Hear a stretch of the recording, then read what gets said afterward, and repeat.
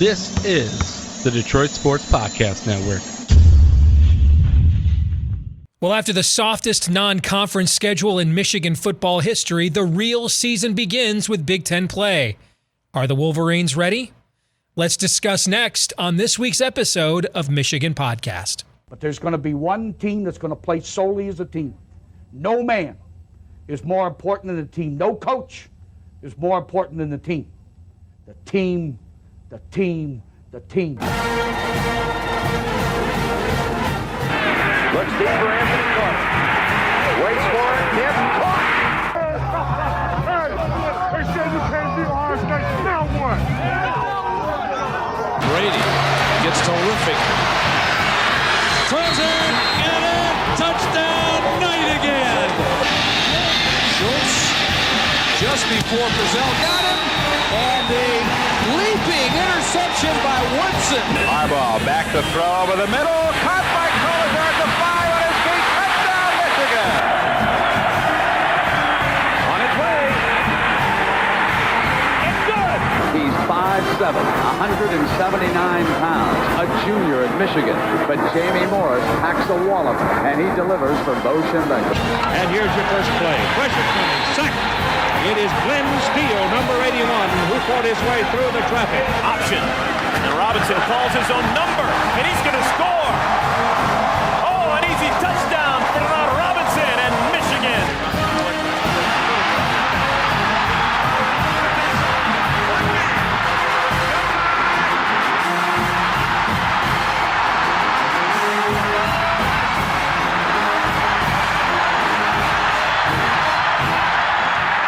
We're going to win it.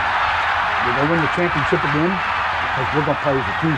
And when we play as a team and the old season is over, you and I know it's going to be Michigan again. Michigan.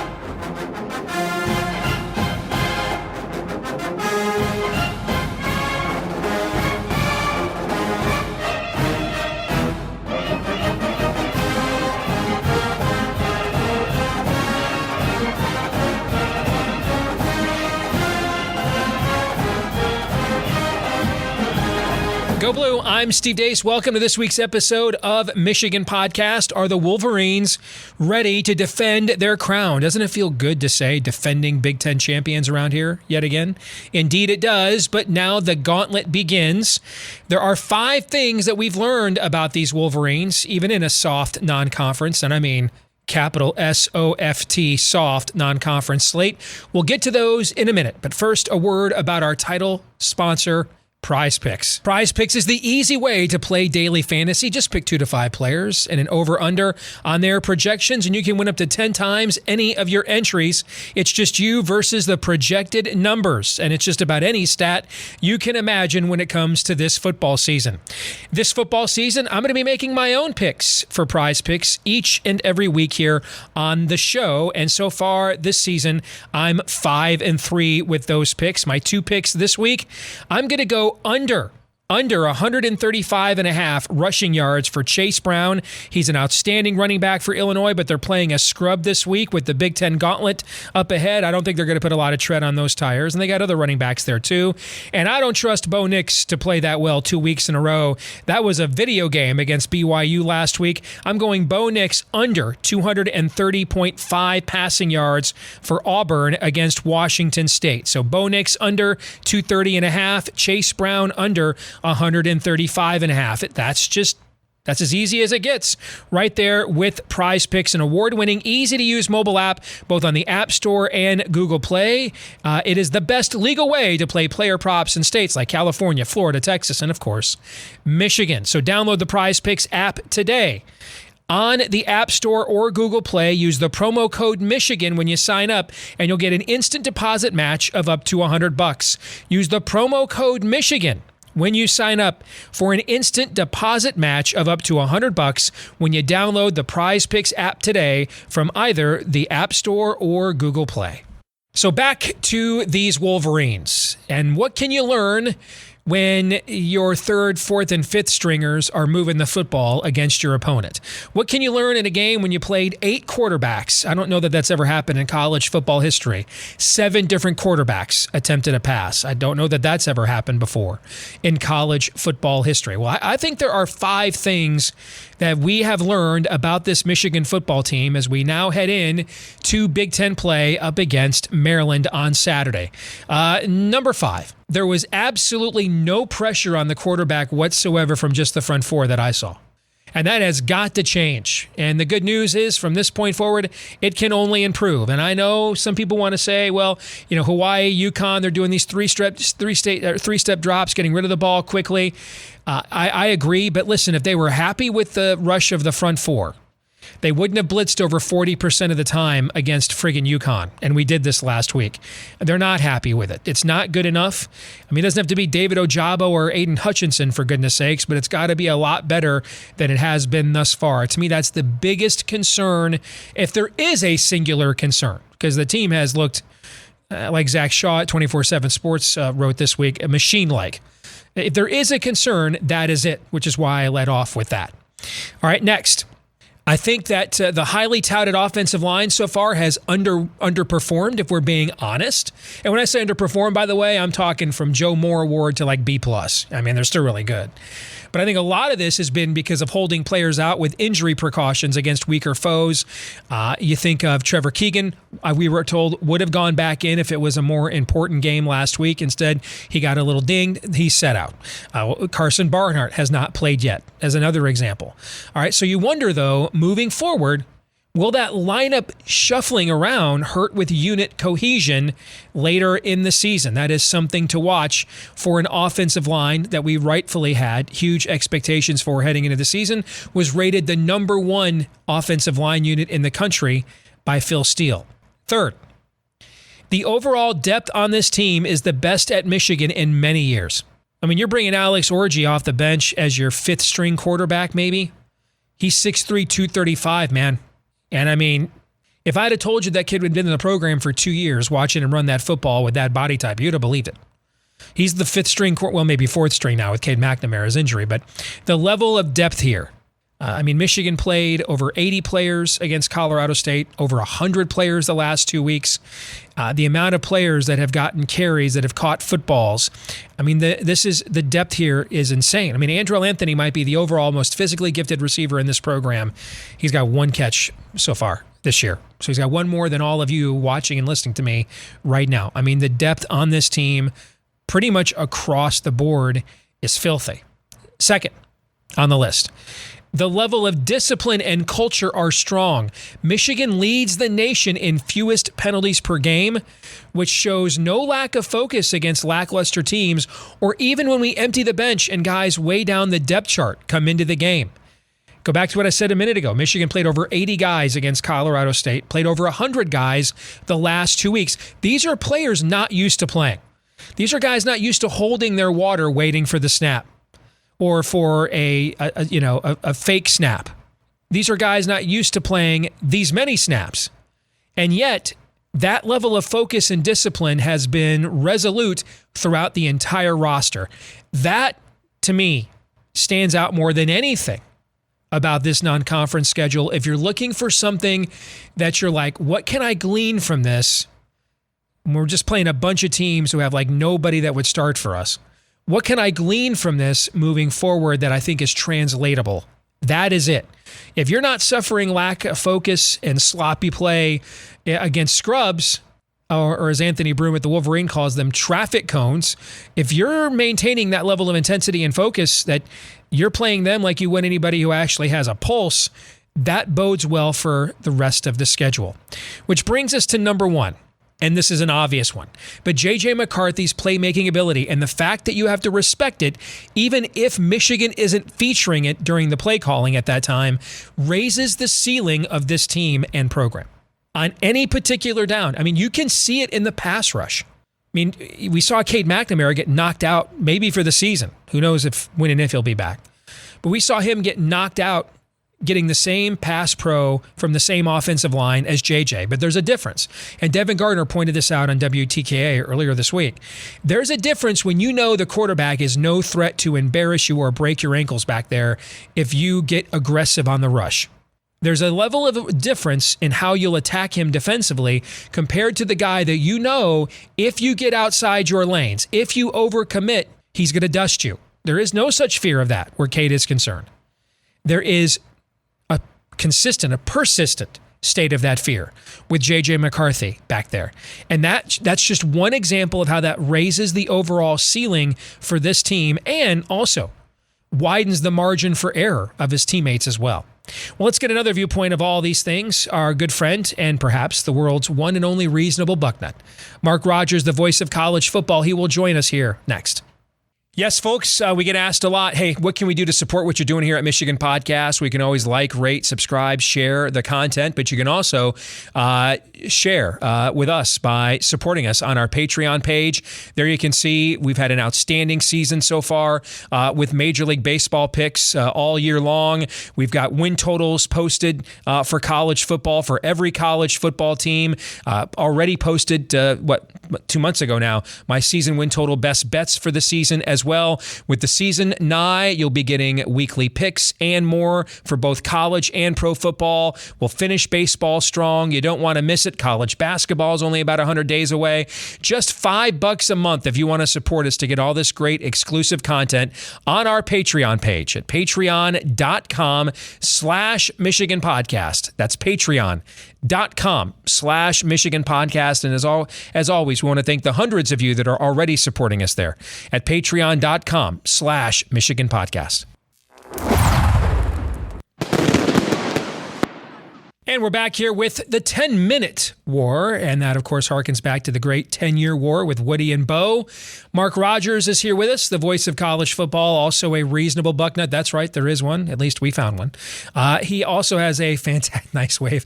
He also has a fantastic channel if you're a college football fan right here on YouTube, the voice of college football, stringers and correspondence on virtually every major program in the country.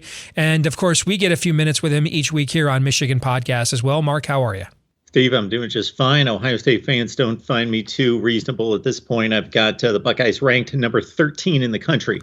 Oh, because of your wipe the slate clean, and it's just based on the merit of your resume up until this point? Yes, Michigan number 26.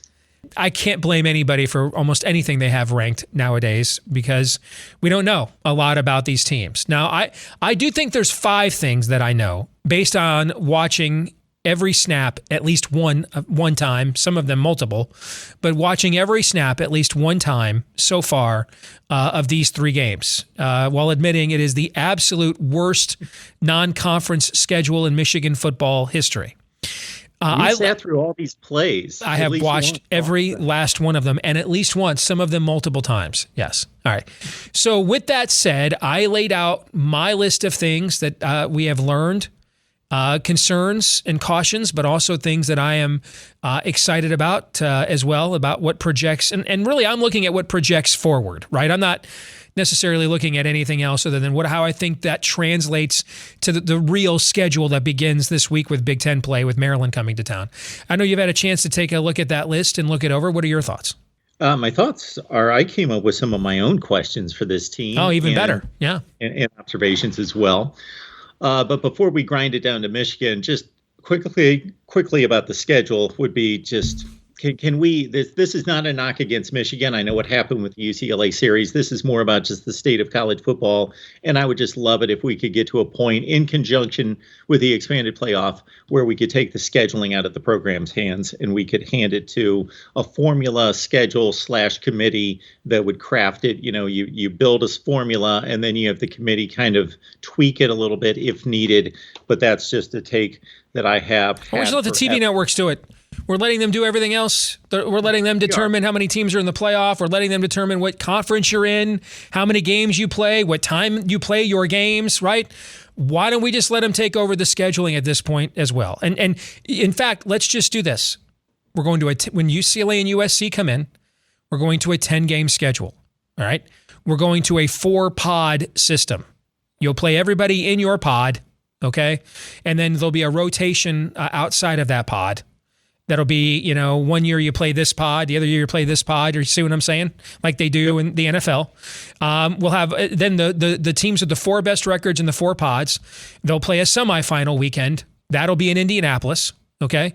And we're going to be paying the players by then anyway, so you can afford to play more of a full schedule and not get yelled at by your former employers over there at ESPN with the virtue signals for the victims of America, known as America's spoiled college football players. All that being said, they do deserve to be paid given the amount of money that these schools are making now.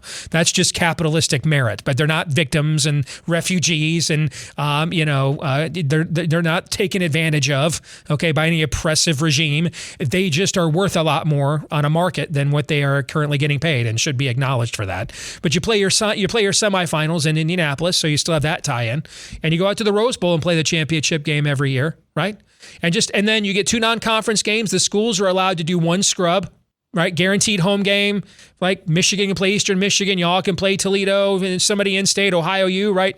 Everybody gets 1 scrub. That's like almost a preseason game. Maybe that's even week 1, frankly. All right, and then week 2, the networks then determine that what your Power 5 non-conference schedule is, or they give you options, right? And then we're off. Why don't we just do that? We were lockstep together, Steve, until you get to the end with the television networks, because I posted a video with the 4 pods, and I thought it worked out extremely well in the semifinals and the championship game. Yeah, I can't wait. USC, UCLA, come on in. Let's rework it. Let's get. I want to see, I know we're diverting, but quickly, Oklahoma and Texas, I don't want to see a smooth transition to the SEC. I would love to see BYU, Houston, Cincinnati, and UCF come into the Big 12, have to mix it up with Oklahoma and Texas for 1 season. I think you're going to get that for 1 year. For 1 year. I would love that. The Big 12 is going to they are going to wring every nickel out of Oklahoma and Texas on the way out the door they possibly can, man. I love when things get dirty and awkward and don't work exactly right. We get mismatches of conferences that don't want these teams to still be here, and teams that don't want to be there. And then they got to play the new teams, right? The new kids on the block, and you get matchups that we're not going to see otherwise. Great stuff. Would love to see it for at least 1 year. When it comes to Michigan, okay, I'm going to start with Cade McNamara. I don't think this is going to be an issue. He seems to be mature. He seems to be a team-oriented player. But, man, I didn't give myself much thought to scan college football over the last 10, 15, 20 years, whenever to run across a situation like this, where there's been a player at the quarterback position lead the team to a conference championship, a playoff appearance, and in the old days, major bowl game, whatever, that there's been a situation like this, and then benched, and he's clearly the number 2 the next season. So he may be needed at some point. He just may be needed. Just look out for that. And he didn't play well. I don't know that we can really gain much from that, but he didn't play as well in those 2 games that he played, game and a half, whatever, than he played last season for the most part. So just something to look out for there. Your number 2 running back, Donovan Edwards, has been banged up. I don't know what his status is going forward, but I see that C.J. Stokes was the guy, not a highly recruited back, highly ranked player coming out of South Carolina, but he got the bulk of the carries in relief of Blake Corum. But you need 2 backs at least. Just interesting there if they have that second guy, if a Donovan Edwards in particular is or Blake Corum. We don't want anything to happen to him, but if it does, who would be that second guy that's coming up from the rest of the ranks of the running back room? All right, let me address the first 2. If we could Sure. do this. So I think it's possible that Cade won't play again the rest of the year, based on what I understand of the nature of his injury.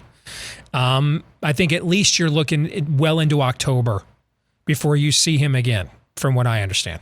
So I think whatever, if ever, and this isn't even the same as Kelly Bryant and Trevor Lawrence, because he transferred right away in order to take a red shirt, right? So he transferred to Missouri like the next week.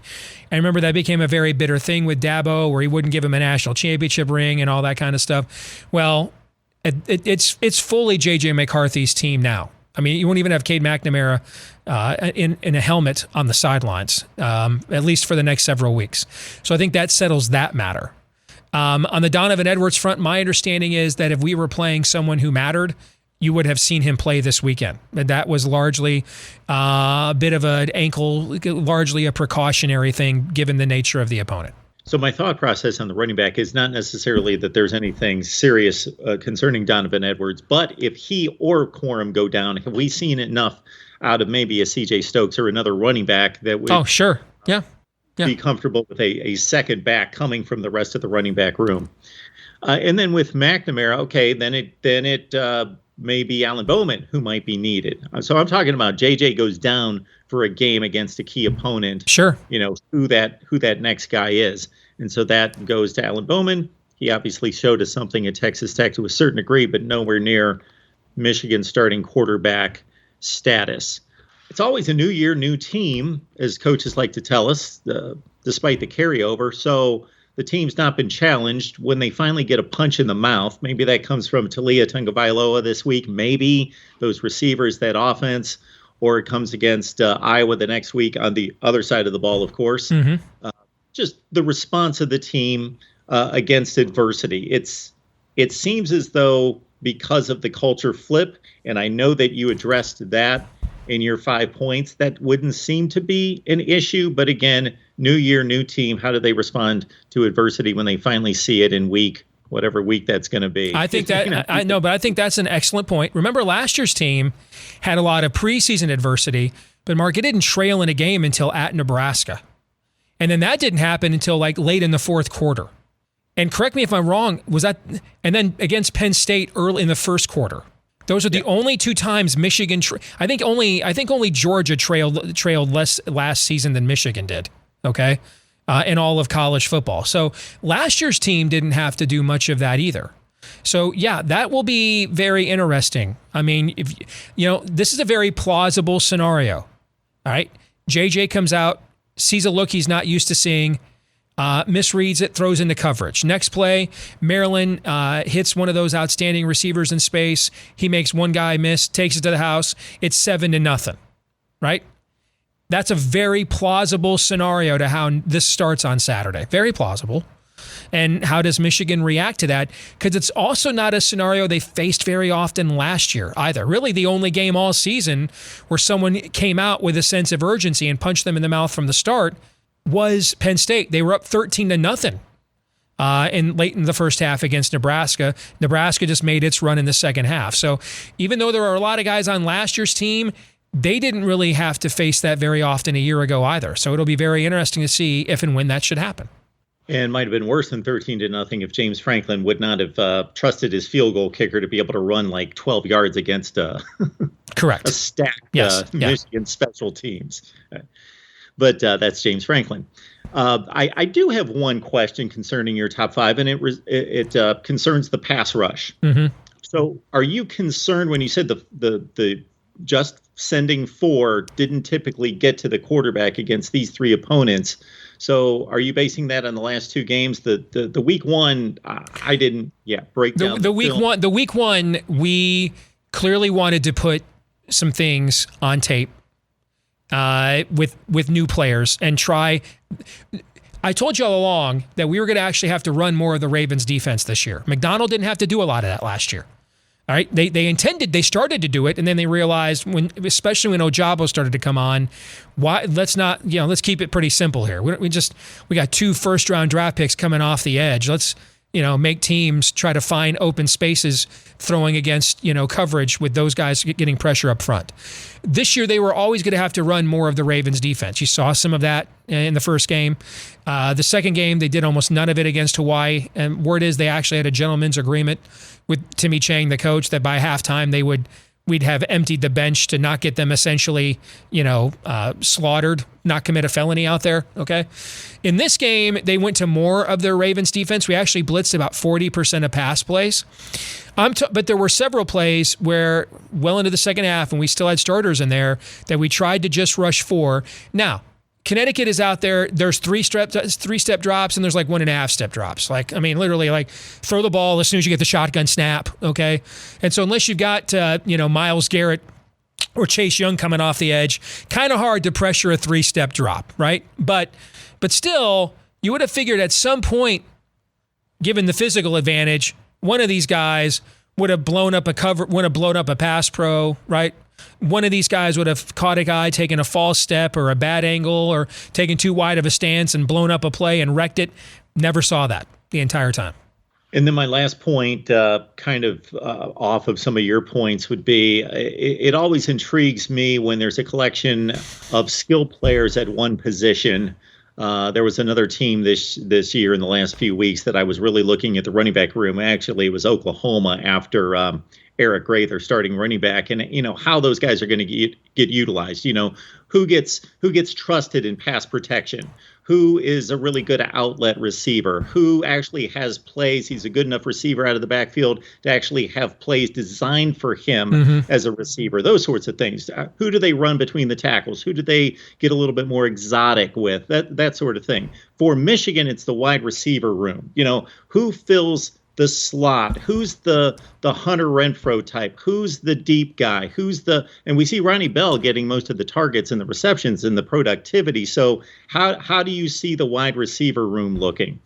I think you're going to see more of A.J. Henning in the Deebo Samuel role. And I think that's also going to be more and more of an RB2 or an RB3 with the intent now that you can put him interchangeably on the field with either Donovan Edwards or Blake Corum in the backfield. And when they run that jet sweep motion, you don't know whether that guy's getting the ball or not, whether the running back's getting the ball or not. Then you throw in a mobile quarterback on top of that, where you could fake both of those actions and then just have him run.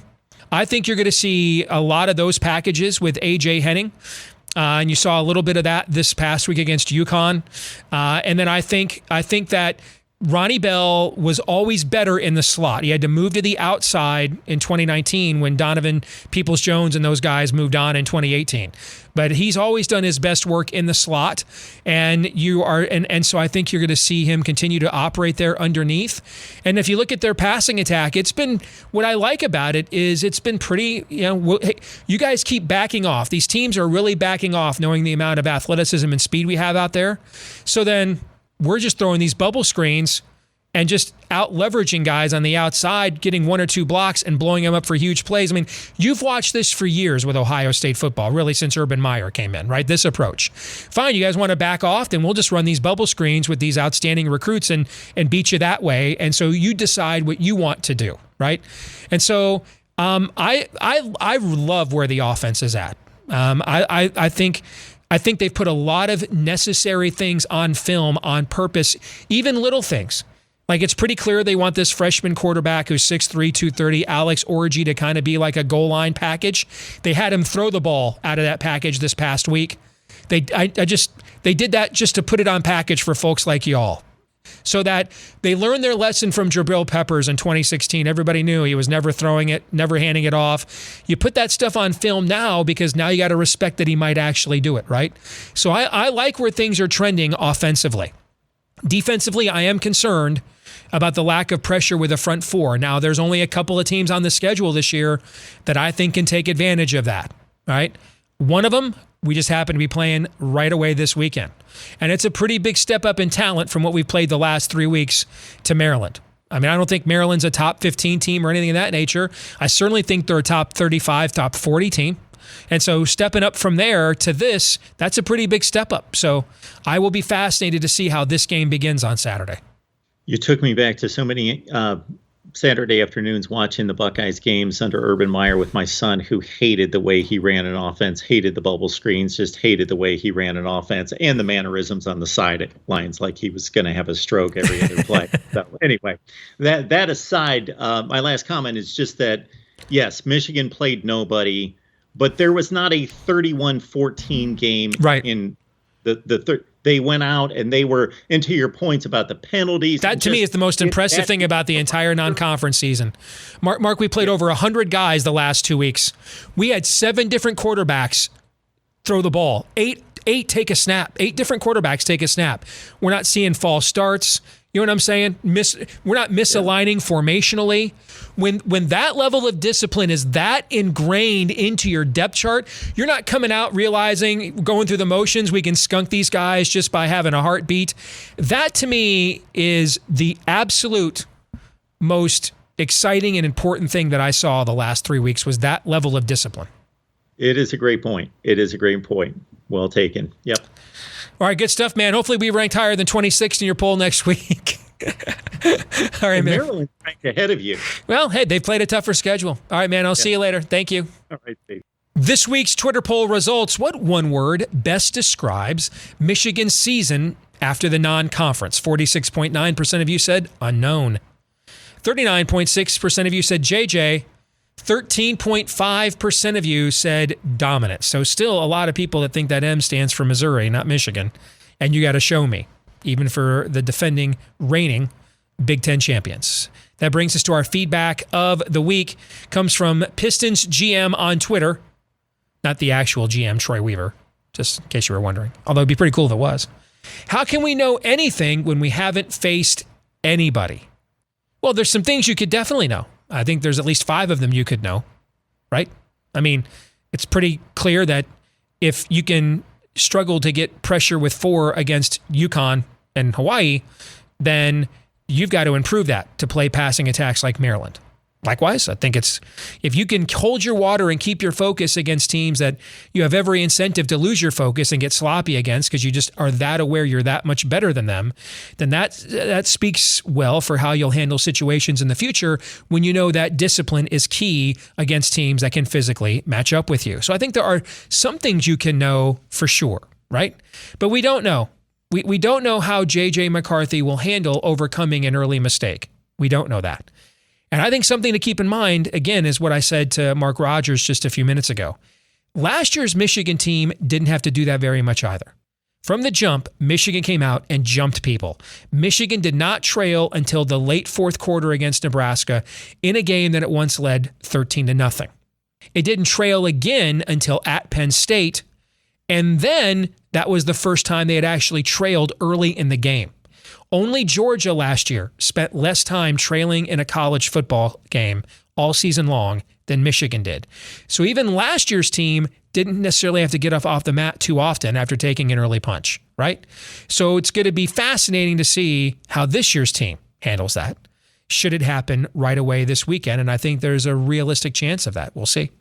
That'll do it for this week's episode of Michigan Podcast. Don't forget to like, rate, subscribe, share, 5-star review, however you watch or listen, wherever you listen or watch, whether it's here on iTunes or Stitcher or you're watching right here on YouTube. Please help us to find more Michigan fans just like you. You can also follow us on Twitter in between episodes at Michigan Podcast for our thoughts on things before we see you again right here on Michigan Podcast. Until then, I'm Steve Deace, and go Blue.